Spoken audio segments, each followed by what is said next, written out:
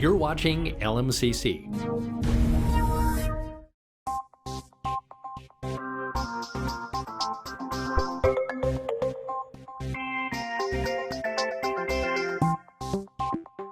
Hello, I'm Jennifer Ray, and welcome to The Pulse. Today we have with us the past president of Westonka Community and Commerce. So first of all, Colin, welcome to the program. Thanks for having me, Jen. Can you tell us a little bit about the Westonka Community and Commerce? Yes, so we're a networking organization that covers Mound, Minnetonka, Spring Park, and Navarre. And our whole goal is to foster business relationships and business transactions locally in the community, do business local. And we emphasize that through networking events once a month. We have a lunch, and also through our community events. When did that get started? So it originally started as a different organization called Celebrate Greater Mound. And we had some conflict with the name, just as it wasn't very descriptive of the area that we were covering. It was actually started out of the city of Mound. City staff wanted an organization to help with local community events. And it's grown since then into truly a networking organization that networks through community events. Does it have a mission statement? Yeah, our mission is to grow business locally, quite simply. So most local business owners are involved, and we put a ton of time and effort into hopefully making our communities great. And you became involved because you are a business person. You're a State Farm insurance agent. Yes, that's correct. State Farm agent in Mound. I've been there 10 years, and I've been involved with the organization since day one. So what is the structure of the organization? Do you have a board, volunteers? Yeah, both. So we have a very committed board. We have 8 folks on our board that put a ton of time and effort into the events and into our monthly networking meetings. And we also have many community members and business owners that aren't on our board, but help and support in very meaningful ways with most of our community events that we do. And is there an annual fee, I'm assuming? There is, yes. Annual fees, they range on your type of business, nonprofit to for-profit, anywhere from $75 to $125 for the year. Which is very reasonable. I think it's one of the greatest buys in the community for sure. And how did you get involved? So I got involved.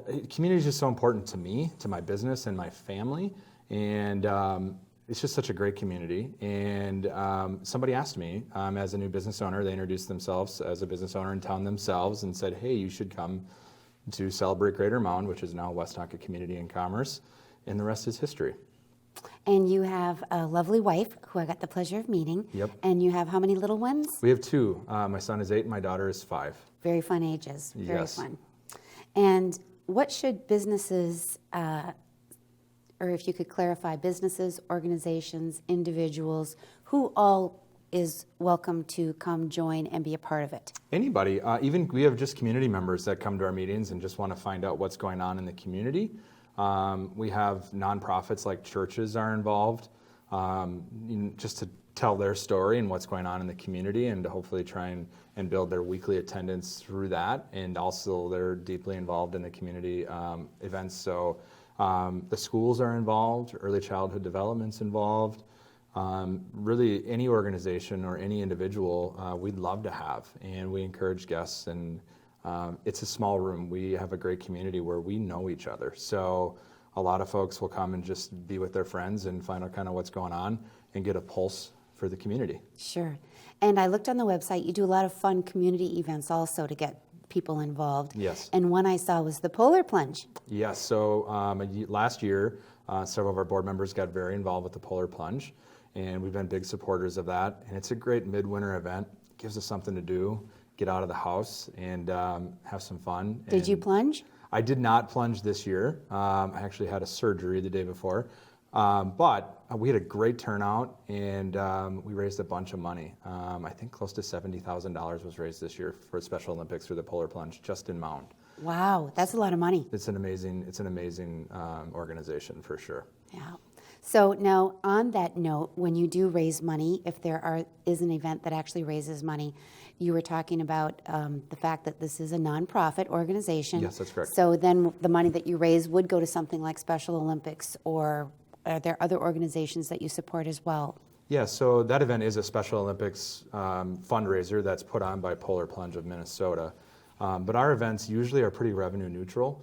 When we do have some resources available, we make local donations to churches, schools, our volunteers that come out, whether it's the Boy Scouts or Girl Scouts or whoever it is, we donate to their charities so they can further their mission and purpose as well. And do you have any people or stories that stand out ahead of the rest as far as how the WCC has helped people in the community?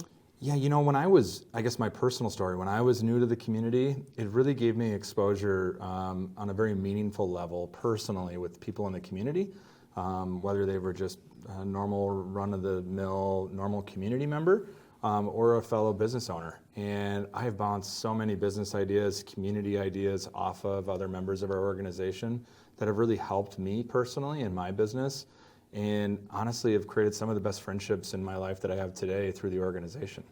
Sometimes you start out with a particular goal, and then it grows into so much more when you get involved in the community. Absolutely. So yeah. I'm glad to hear that your story is that as well. Is there anything else that we want to highlight coming up as far as maybe an event? Do people get to come? You said that there's a luncheon once a week, so they're going to they can go on the website. All of our events are posted there. Job postings for local business owners are posted there. Other community events, even that aren't ours, going on in the community are there. Community news is there. It's a really great resource. There's even a garage sale link for people that might be trying to sell something. Many of our members have specials that are going on. They promote those through coupons and promotions on our website. It's a really great tool. Also, by way of update, our Facebook page is really a nice tool for folks that are Facebookers. Social media obviously has become a very powerful tool, and it is for us as well. If you just search Westonka Community and Commerce on Facebook and give us a like, you can keep up to date with what's going on in our organization too.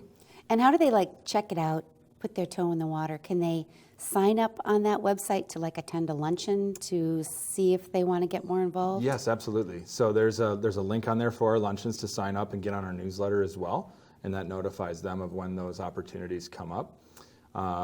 We usually meet on the third Tuesday of every month, and we move around our luncheons a little bit, but our primary home base is on the second story above the fire department, above the city offices, right in Mound. So, Okay. yeah. So they just would need to reserve, or is there a way to reserve, or they call There and is. say, hey, this is John Doe and I want to come? There's actually a link just to register right on the Okay. website. Yeah. Super. Well, hopefully there'll be a few people who maybe want to check it out Yeah, that'd be awesome. and see. And if you want to just remind people of the cities that it actually Yes, Mound, encompasses. Minnetonka, Spring Park, and Navarre. You either own a business there or live in one of those communities, we'd love to have you. That being said, it's not a hard border. If you live in Orono and want to know what's going on, we'd love to have you as well. Same with Excelsior, any of our surrounding communities. And volunteers, are you looking for volunteers at this point that have a specific skill set? Yes, absolutely, always. And it doesn't matter your skill set. You could just be somebody that's really great with labor and just wants to help out. All of our events take a lot of work, and we'd love that person. If you have an expertise in marketing or advertising or anything, we could use your resources. Dog Days, which I know Karen's going to visit on later today, is a large event for us and takes a lot of hands and boots on the ground, and we'd love some resources for that. Thank you so much for coming. Of Is there course. anything else that we didn't touch base that we maybe want to highlight, or? No, I think we really covered it, just kind of the general background of the organization. Just to emphasize how important community is, and it means a lot to us business owners. I'm also a resident of the community, and it's just one of the most important things we can do is to be involved and engaged in our community, whether it's just community life, socially, politically, or from a business perspective. It means the world to us as business owners to have people that want to keep it local. Sure, I appreciate that. Yeah. Colin Thanks for having me. Charlson, thanks so much for coming Of on course, the program. anytime. And wish the best to you and Westonka Community and Commerce. Thank you so much for having me. Thank you. And up next, we'll talk to Karen King. Back in a moment.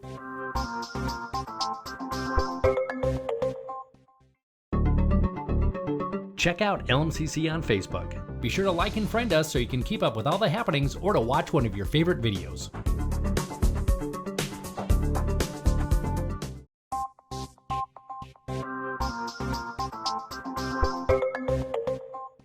Welcome back. Jennifer Ray here, and I have Karen King, who is also on the board of Westonka Community and Commerce, and you are in charge of different events, annual events, and so we want to highlight some of those, and in particular, one of your really big, fun family events for the community is Dog Days. So can you tell us, it's back. Last year, we had to postpone it because the space that we have our event in over in the Harbor District was slated for development. And that fell through, and so we didn't have a space at the time. By the time we were notified of it, it was too late to really put the event together because it takes at least 6 months to get these events off and running. So, but it is going to be on August 8th from 9 a.m. to 2 p.m. So we've got the date, but the location is still to be determined. Is that correct? Okay. So we can put that on our calendar. We can. And it's fun for people whether they have a dog or don't have a dog. It can be dogs. People bring cats. They've brought bunnies, the iguanas. People just decide they want to have different animals and bring it. But so it's a fun day for people and their pets. And what kind of events, what do we highlight there? What are they coming to do? Our big signature event for that day is Splash for Cash. Brooks Chandler of Canvasback, she runs that completely. So the dogs are all set up to jump off the dock. We have a 25-foot marker, and it's the longest jump into the water. Oh, man. Wow. People absolutely love that. It starts out with our Blessing of the Animals. It goes into the costume parade. We've got wonderful costumes for that, and there's prizes for that. The cutest puppy contest. We'll have the agility run this year. We'll have food and beverage. We're going to have speakers that talk about obedience training. Lost dogs, that's a big thing right now. Somehow people lose their pets and then they don't know how to go about finding them. So we're going to have a speaker to talk about that. Oh, that's super important. I'm glad you highlighted that. So even though they aren't monthly, you have about 4 events a year that your organization is responsible for in involving the community. So I also wanted to talk about the tree lighting. Tell us about the tree lighting. Oh, it's such a magical event. It's something that every year we have it the week before Thanksgiving, and we have a bonfire for people to stay warm because the weather, we never know what the weather's going to be. Santa Claus and Mrs. Claus come, and the kids love to be a part of that. They arrive by the Mound Fire Department, and the kids are just beaming when they see Santa. We have a house set up, a little North Pole house set up for them. They sit in there and they get their pictures taken. Santa takes a lot of time to talk to the kids to see what they want for Christmas. Mrs. Claus hands out candy canes. The local choirs sing holiday songs. It's just magical. And everybody loves that event, and that's something that we will never get away from. We're on our 37th year. The local businesses started it years ago to kick off the community for their sales at the holiday season. And it's been going ever since then. And there's a lot of man hours to put on these kind of fabulous events.